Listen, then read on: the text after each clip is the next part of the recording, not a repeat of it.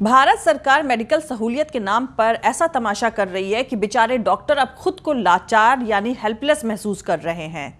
दवा के नाम पर जिस तरह का फर्जी तमाशा भारत में खुलेआम चल रहा है, वो अगर दुनिया के किसी और मुल्क में हुआ होता तो इसे स्कैंडल मान लिया जाता और इस फर्जीवाड़े से जुड़े तमाम लोग जेल में होते।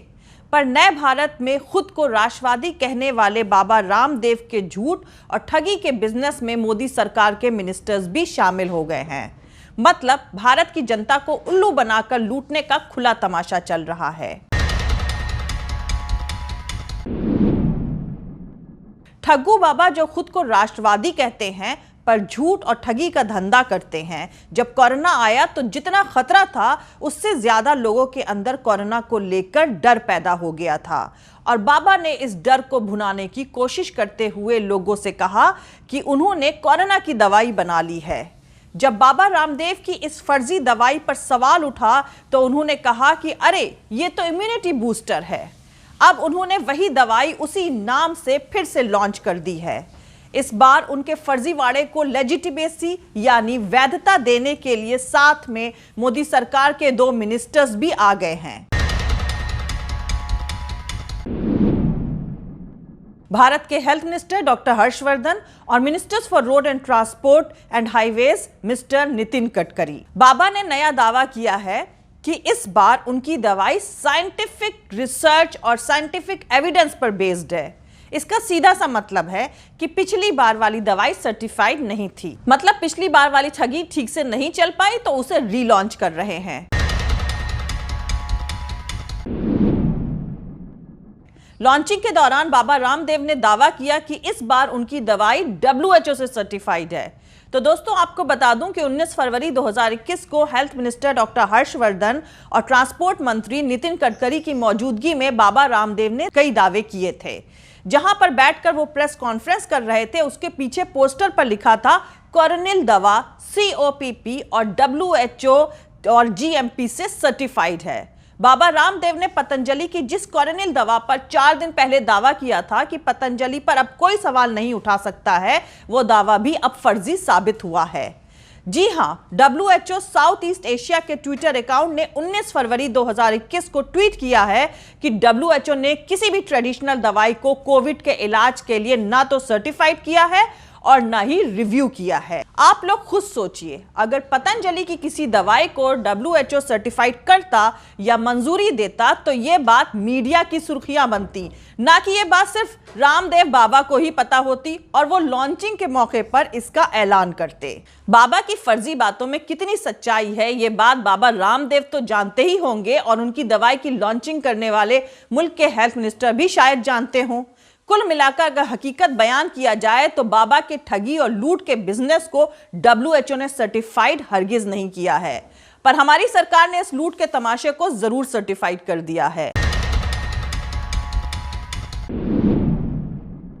देश को कोरोना की दवा बनाने के नाम पर दोबारा धोखा देने और खुलेआम फर्जीवाड़ा करने के लिए बाबा रामदेव को गिरफ्तार किया जाना चाहिए और भारत के हेल्थ मिनिस्टर से कम यह सवाल तो जरूर पूछना चाहिए कि एक डॉक्टर और साथ साथ भारत के हेल्थ मिनिस्टर होने के नाते आपकी मौजूदगी में एक बिजनेसमैन बाबा अपनी दवा को लेकर इतना बड़ा दावा कैसे कर सकता है।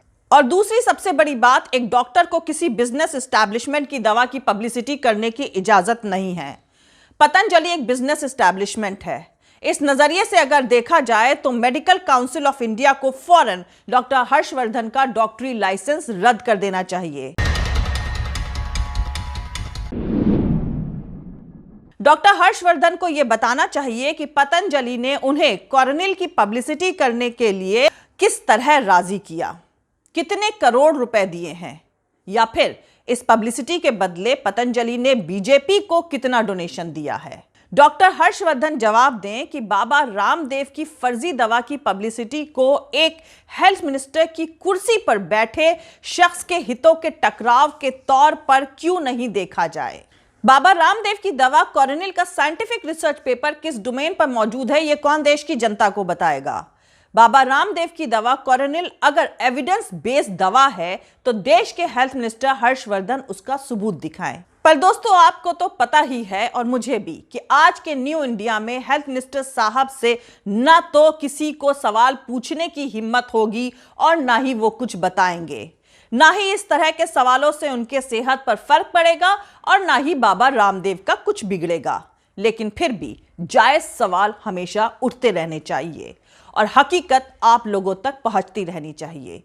ये लोग देश की जनता को किस तरह बेवकूफ बना रहे हैं और कोरोना महामारी के वक्त में लूट और ठगी का जो तमाशा चल रहा है उससे आपको रूबरू कराऊंगी। लेकिन उससे पहले जो लोग मेरे चैनल पर नए हैं वो मेरा YouTube channel political Tamasha with doctor Arshi को सब्सक्राइब करके वहां पे लगी बेल आइकॉन को जरूर दबा दे ताकि आपको हमारे आने वाले हर वीडियो की अपडेट्स मिलती रहे। और दोस्तों अगर आपको हमारा काम पसंद आता है, हमारे वीडियोस पसंद आते हैं तो www.patreon.com/dr अर्शी खान पर जाकर डोनेट करके आप हमारे काम को सपोर्ट कर सकते हैं। तो चलिए शुरू करते हैं। तो दोस्तों पहले मैं आपको याद दिला दूं कि इसके पहले पतंजलि ने 23 जून 2020 को कोरोना के लिए एक कोरोनिल नाम की दवा लॉन्च करी थी जिसमें 7 दिन में कोरोना के इलाज का दावा किया गया था। लेकिन यह दावा उसके साथ ही विवादों से घिर गया था। आयुष मंत्रालय यानी the ministry of Ayurveda, yoga and naturopathy, यूनानी, सिद्धा एंड होम्योपैथी के टास्क फोर्स ने साफ साफ कहा था कि पतंजलि इस दवा को कोविड-19 के इलाज की दवा कहकर नहीं बेच सकती है। टास्क फोर्स ने सरकार को सौंपी रिपोर्ट में कहा था कि कंपनी पहले इंसानों पर दवा की जांच यानी ह्यूमन ट्रायल पूरी करे और फिर उसे बेचते वक्त वही दवा बताए जिसके लिए उसने मानव ट्रायल की इजाजत मांगी थी। तब पतंजलि कंपनी ने इससे खांसी और बुखार की दवा कहकर इसके लिए ह्यूमन ट्रायल की परमिशन मांगी थी। दरअसल मंत्रालय ने अप्रैल में ही अलग अलग डिपार्टमेंट के लोगों का एक टास्क फोर्स बनाया था जिसका काम दवा बनाने के दावों की स्टडी और उस पर निगरानी रखना था। उसे उन दावों पर निगरानी रखनी थी जो आयुर्वेद, यूनानी, नेचुरोपैथी और होम्योपैथी से जुड़ी कंपनियां करती हैं। इस टास्क फोर्स में all India institute of medical sciences, Indian council of medical research, world health organisation यानी WHO और council of scientific and industrial research के रिप्रेजेंटेटिव्स भी थे। खैर, टास्क फोर्स ने अपनी रिपोर्ट में कहा था कि कंपनी इस दवा को कोविड की दवा कहकर हरगिज नहीं बेच सकती है।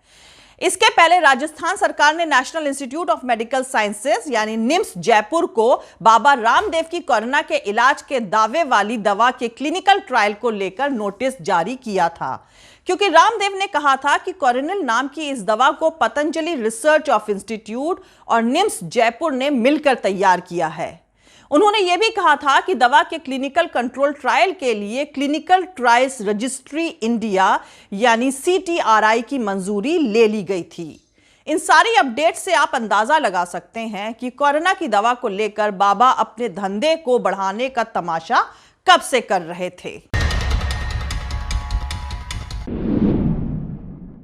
अब वापस लौटते हैं बाबा रामदेव के चल रहे मौजूदा तमाशे की तरफ।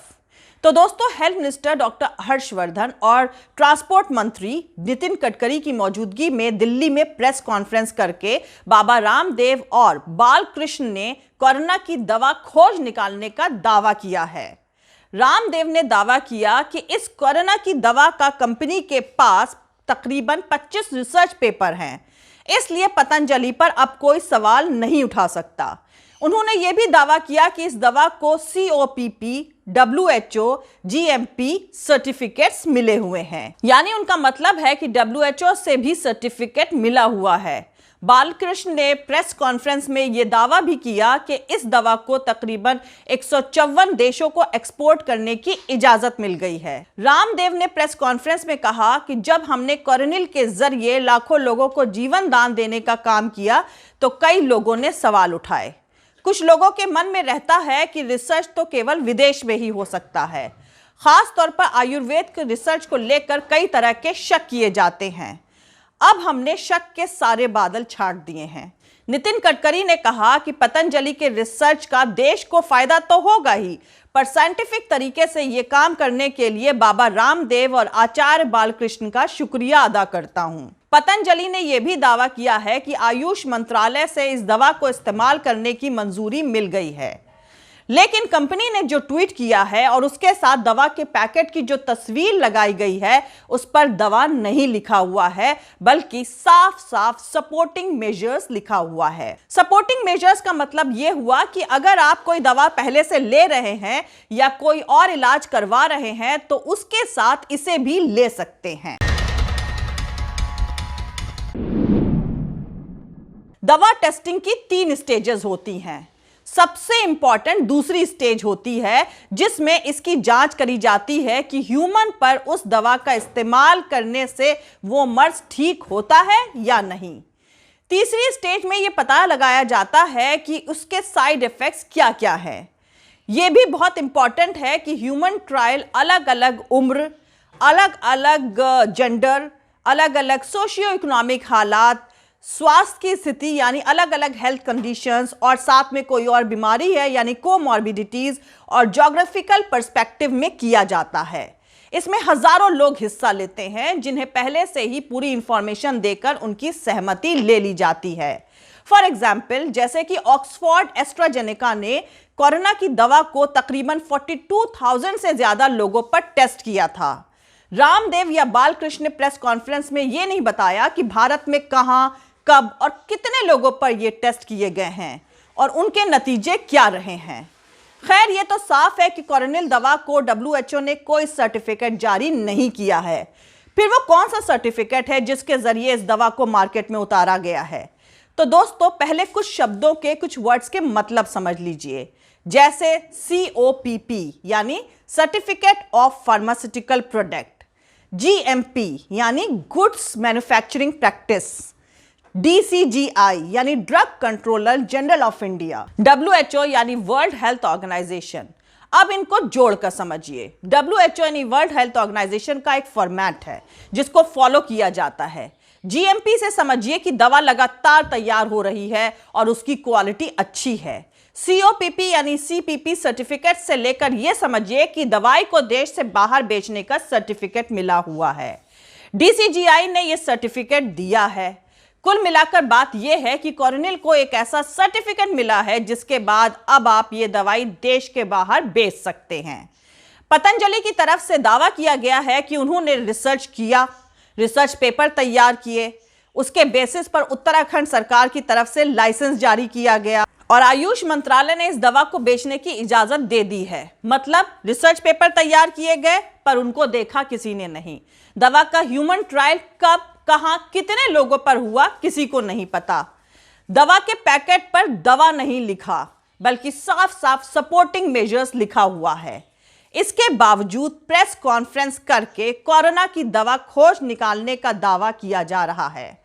और सबसे शर्मनाक बात यह है कि यह सारा फर्जी तमाशा देश के हेल्थ मिनिस्टर, जो कि खुद एक डॉक्टर हैं, उनकी मौजूदगी में चल रहा है। सोचिए आप लोगों को इन नेताओं ने कितना बेवकूफ समझ रखा है। जय हिंद, सत्यमेव जयते, अल्लाह हाफिज। दोस्तों, हमारा पूरा वीडियो, दूसरे और वीडियोस देखने के लिए हमारे YouTube channel political Tamasha with doctor Arshi को सब्सक्राइब करके वहां पे लगी बेल आइकॉन को जरूर दबा दें ताकि आपको हमारे आने वाले हर वीडियो की अपडेट्स मिलती रहे। और दोस्तों, अगर आपको हमारा काम पसंद आता है, हमारे वीडियोस पसंद आते हैं तो www.patreon.com/dr अर्शी खान पर जाकर डोनेट करके आप हमारे काम को सपोर्ट कर सकते हैं। दोस्तों, अगर आपको हमारा वीडियो पसंद आता है तो लाइक और शेयर करना हरगिज नहीं भूलें। आप हमें फॉलो भी कर सकते हैं हमारे ट्विटर, इंस्टाग्राम और फेसबुक पेज पर। मेरा ट्विटर हैंडल है @arshi_aziz khan। थैंक यू, मिलते हैं अगले वीडियो में।